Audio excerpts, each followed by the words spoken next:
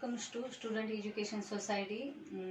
Nowadays we are suffering from corona disease, so from help of Student Academy we are starting maths 12th standard science, that is for all the competitive exams, NCERT also and state board also. This is our third lesson, trigonometric function. ये हम आज start कर रहे हैं। तो हम आज घर से ही पढ़ाई कर रहे हैं क्योंकि कोरोना की वजह से हम क्लास नहीं जा सकते, तो घर से ही हम पढ़ाई करेंगे।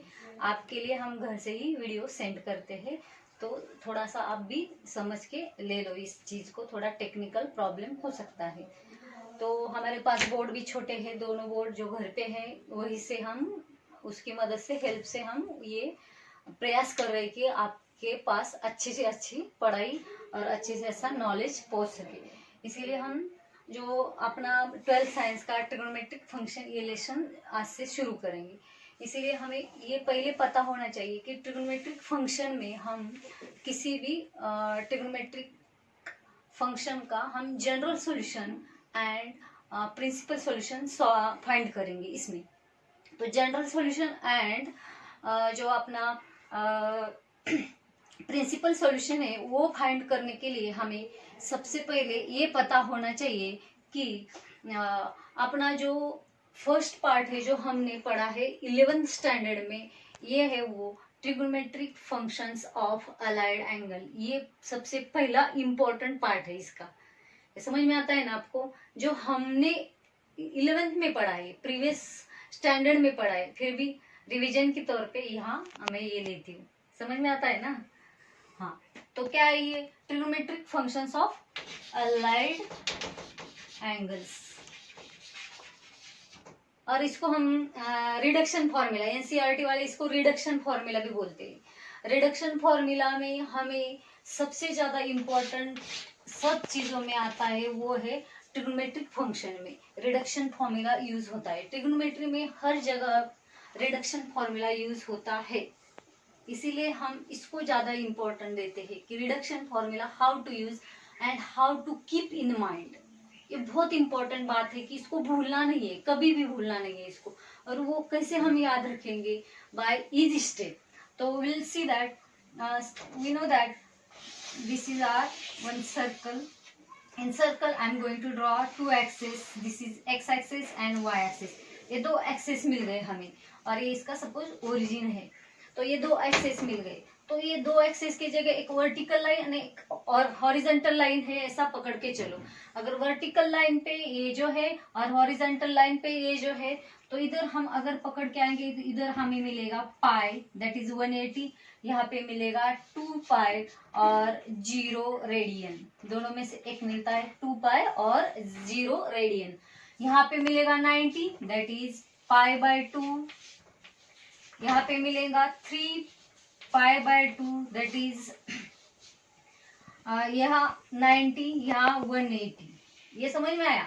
यह 0 डिग्री है, 90 डिग्री है, 180 ये 180 डिग्री है, और ऐसा करके हम राउंड तक यहाँ 2 पाई, यहाँ 2 पाई, यहाँ पाई बाय 2, यहाँ पाई डिग्री, यहाँ 3 पाई बाय 2 डिग्री। ये हमने पढ़ा है छोटे क्लास में, इसमें भी ये हमने पढ़ा है, जैसे 10th स्टैंडर्ड में पढ़ा है। ये सब हमने कौन सा क्वाड्रेंट है, कहाँ पे क्या चीज चेंज होती है, ये भी पढ़ा है। हम यह अलाइड एंगल में उसका यूज कैसे करेंगे वो ज्यादा इंपॉर्टेंट है। ये अलाइड एंगल, इसको हम रिडक्शन फॉर्मूला भी बोलते हैं। बहुत सिंपल है, बहुत इजी है। जैसे कि हमें पता है कि जैसे हमें कुछ मिला है यहाँ, तो हमें जैसे कि sign pi by 2 minus theta ये मिला है। क्या मिला है? Sign pi by 2 minus theta. मतलब ये कौन सा एक्सिस आया? वाई एक्सिस आया, ये वाई एक्सिस आया। ध्यान में रखो इसको, एक्स एक्सिस, ये वाई एक्सिस। मैं वाई एक्सिस यूज कर रही हूँ, ये खड़ी लाइन वाई एक्सिस यूज कर रही हूँ, तब क्या आता है अपने पास? Pi minus pi by 2 minus theta आएगा। और क्या आएगा? यहाँ आएगा और sine 3 pi by 2 minus theta. Y axis पे दो वैल्यू मिलते हैं हमें, pi by 2, 3 pi by 2 minus theta. Y axis लेंगे तो साइन का कॉस थीटा बन जाएगा। मतलब जब हम y एक्सिस को कंसीडर करके चलेंगे, y एक्सिस की वैल्यूज कंसीडर करके चलेंगे, तो साइन का कॉस हो जाएगा। Sine pi by 2 minus theta equals to cos theta. ये हो जाएगा उसका चेंज, ये हो जाएगा उसका रिडक्शन फॉर्मूला। उसको हम अलाइड एंगल कहते हैं। स्टेट बोर्ड में मोस्टली हम इसको अलाइड एंगल कहते हैं, लेकिन एनसीईआरटी के पोर्शन में इसको रिडक्शन फॉर्मूला के नाम से भी पहचाना जाता है। अलाइड एंगल ये उसका चेंज हो जाएगा। ये साइन का कॉस थीटा और ये फिर इसका इधर भी कॉस थीटा। अब इसका साइन क्या देंगे, पॉजिटिव देंगे या निगेटिव देंगे, that is the one important thing. अभी देखो ये क्या है, पाई बाय 2 माइनस करो, मीन्स इसमें से माइनस किया हमने, कुछ कम किया, तो ये आएगा फर्स्ट क्वाड्रेंट में। ये आएगा फर्स्ट क्वाड्रेंट में। ध्यान दो, यह कहाँ आया, फर्स्ट क्वाड्रेंट में आया। अगर फर्स्ट क्वाड्रेंट में आता तो फर्स्ट क्वाड्रेंट में कॉस क्या होता है, पॉजिटिव होता है या निगेटिव होता है। We know that in first quadrant cos is positive and sin is also positive, so cos will remain positive here, means sin pi by 2 minus theta equals to cos theta. This is the simplest way to remember allied angles formula for all the trigonometric function. So next thing, again the same thing is here, sin 3 pi by 2 minus theta. तो यहाँ क्या आएगा, वो हम इधर ये 3 pi by 2 minus theta, तो यह पे आएगा। तो इसके अकॉर्डिंग इसका साइन चेंज होगा, वो ध्यान में रखने का। क्या थीटा क्या है उसके अकॉर्डिंग उसका साइन चेंज होगा। अगर आगे जाते हैं हम, तो सपोज मैंने एग्जांपल लिया साइन कॉस का एग्जांपल लेते हैं, cos pi by 2 minus theta, cos pi by 2 minus theta. क्या ये क्या है अपना cos पाई बाय 2, कहाँ पे आता है, ये आता है y एक्सिस पे। ये वैल्यू कहाँ से ली हमने, y एक्सिस से। तो y एक्सिस पे वैल्यू ली तो cos का साइन हो जाएगा, साइन थीटा। अगर हम कहाँ से माइनस कर रहे हैं इसको, पाई बाय 2 से कुछ माइनस कर रहे, कुछ घटा रहे, कुछ कम कर रहे, तो ये आएगा फर्स्ट क्वाड्रेंट में। तो फर्स्ट क्वाड्रेंट में साइन कैसा रहता है, पॉजिटिव रहता है, तो ये sine remains positive. Understood you? This is the simplest way to remember the allied angle or the reduction formulas. Again next thing, ये हो गया पाई का, मतलब ये हो गया अपना y एक्सिस का। We'll go to x axis, this line, horizontal line, x axis. Suppose sin pi minus theta, sign pi minus theta. अभी ये क्या आया, एक्स एक्सिस आया। On the x axis the function will not change, means sign का sign ही रहेगा, sign का cos नहीं होगा, का साइन थीटा रहेगा। यहाँ साइन का कॉस नहीं होगा। कब नहीं होगा, जब हम एक्स एक्सिस की वैल्यू लेंगे तब साइन का साइन ही रहेगा, साइन का कॉस नहीं होगा। समझ में आया ये बात, क्या आएगा, ये sine pi minus theta equals to sine theta. तो साइन सेकंड क्वाड्रेंट में आएगा, क्योंकि पाई में से हम कुछ घटा रहे, इसको कम कर रहे। किसको कम कर रहे, पाई में से कुछ घटा रहे, तो घट गया, मतलब ये कहाँ पे आ गया, सेकंड क्वाड्रेंट में आया। कुछ सब्ट्रैक्ट किया, इसमें से कुछ सब्ट्रैक्ट किया, तो ये कहाँ पे आया, सेकंड क्वाड्रेंट में आया। अभी sign pi minus theta, answer आएगा साइन थीटा। लेकिन ये साइन थीटा पॉजिटिव आएगा क्या निगेटिव आएगा, that is the important thing. जरा सोचो क्या आ सकता है, ये सेकंड क्वाड्रेंट में साइन पॉजिटिव होता है या निगेटिव होता है, ये पॉजिटिव होता है। यहाँ साइन मतलब y, साइन मतलब y। Remember this thing, simplest thing, sine is y and cos is x, this is the most important thing. तो यहाँ y एक्सिस कैसे रहता है, पॉजिटिव रहता है। So therefore sign will remain positive here.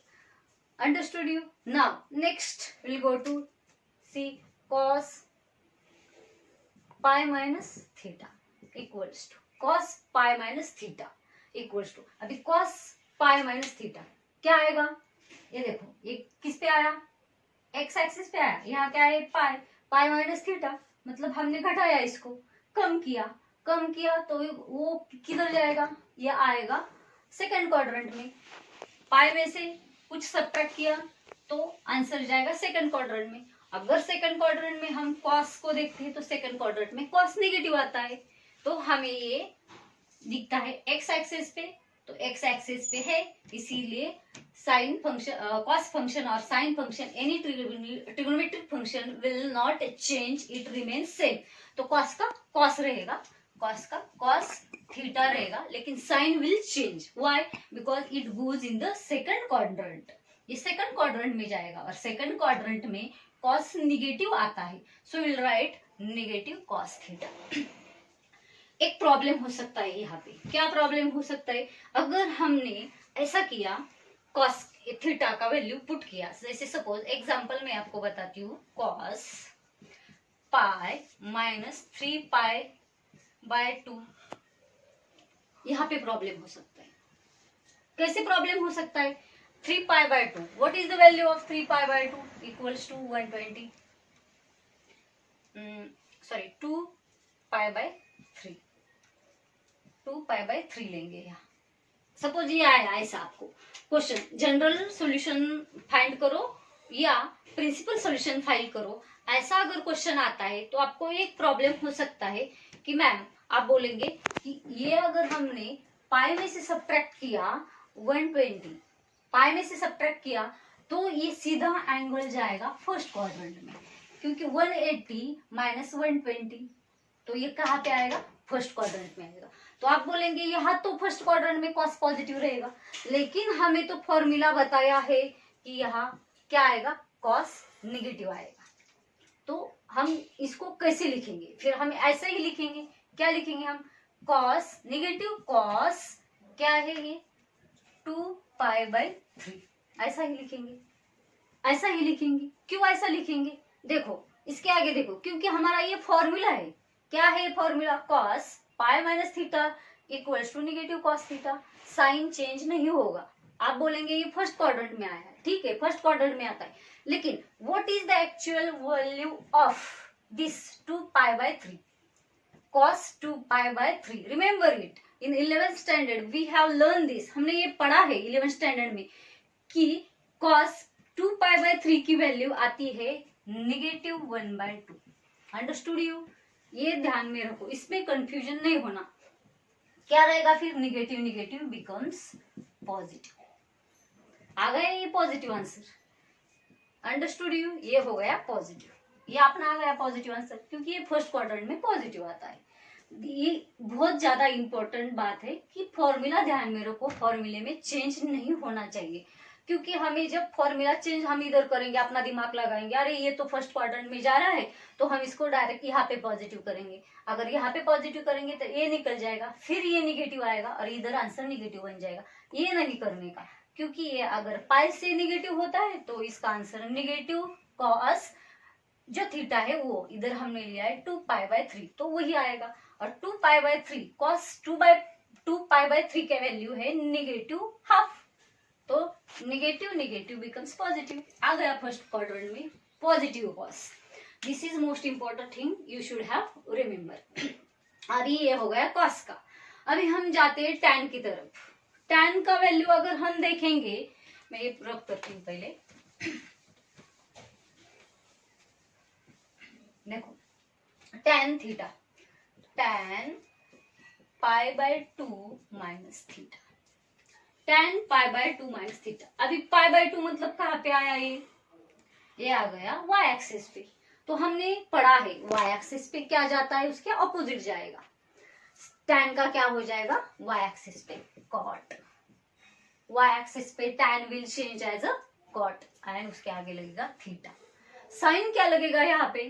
Pi by 2 से कुछ कम हो रहा है, पाई बाय 2 से कुछ कम हो रहा है, मतलब साइन लगेगा पॉजिटिव, क्योंकि ये फर्स्ट क्वाड्रेंट में आएगा और फर्स्ट क्वाड्रेंट में all trigonometric ratios are positive. So यहाँ भी क्या आएगा? कॉट थीटा आएगा। Tan pi by 2 minus theta equals to cot theta. बहुत इजी है ये। क्या आएगा? वाई एक्सिस है जो चेंज होगा, एक्स एक्सिस है तो चेंज नहीं होगा। तो इसीलिए हमें ये वैल्यू ध्यान में रखना पड़ेगा, pi, 2 pi, pi by 2 and 3 pi by 2। ये वैल्यूज हमें हमेशा के लिए ध्यान में रखनी चाहिए y एक्सिस और x एक्सिस की। हमने अभी ये क्या लिया, tan pi by 2 minus theta will change, why? Because it is on y axis, it will change as a cot theta। ये cot theta होके चेंज हो जाएगा, तब हमें इसका प्रिंसिपल सोल्यूशन और जनरल सोल्यूशन निकालने में हेल्प हो जाएगा, जो हम आगे पढ़ने वाले हैं।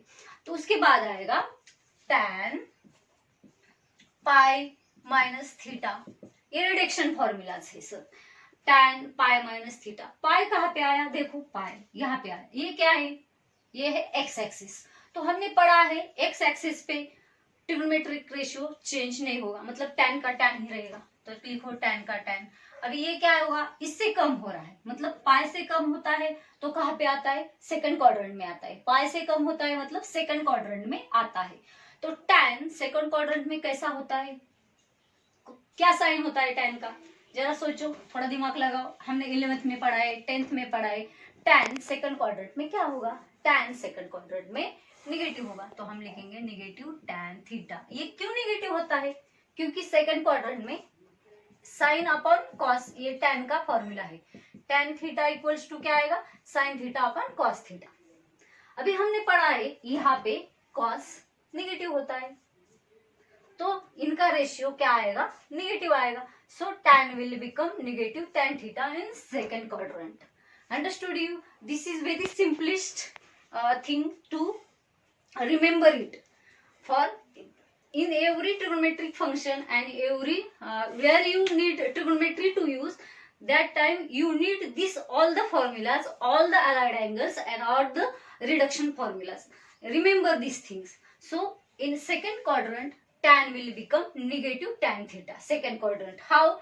Because it is x axis and x axis said that trigonometric ratio remains same. We took the value from x axis, that is pi minus theta, pi minus theta. So from pi, if we subtract something, it will go in the second quadrant, it will go in the second quadrant. And second quadrant, what is the tan, tan is negative, so we'll put the sign of negative tan theta and we'll change according to the signs. This is what we should know and we should have to remember। ये सब ध्यान में रखो, बहुत easy तरीके से बताया है मैंने। कुछ प्रॉब्लम है, कंफ्यूजन है तो जरा तो हमें बताइए, आपका क्वेश्चन पूछिए, तो आपको हेल्प करने में थोड़ी हमें भी सहायता होगी कि आपको किस टॉपिक पे या किस सिचुएशन में यहाँ पे कुछ कंफ्यूजन है। Thank you.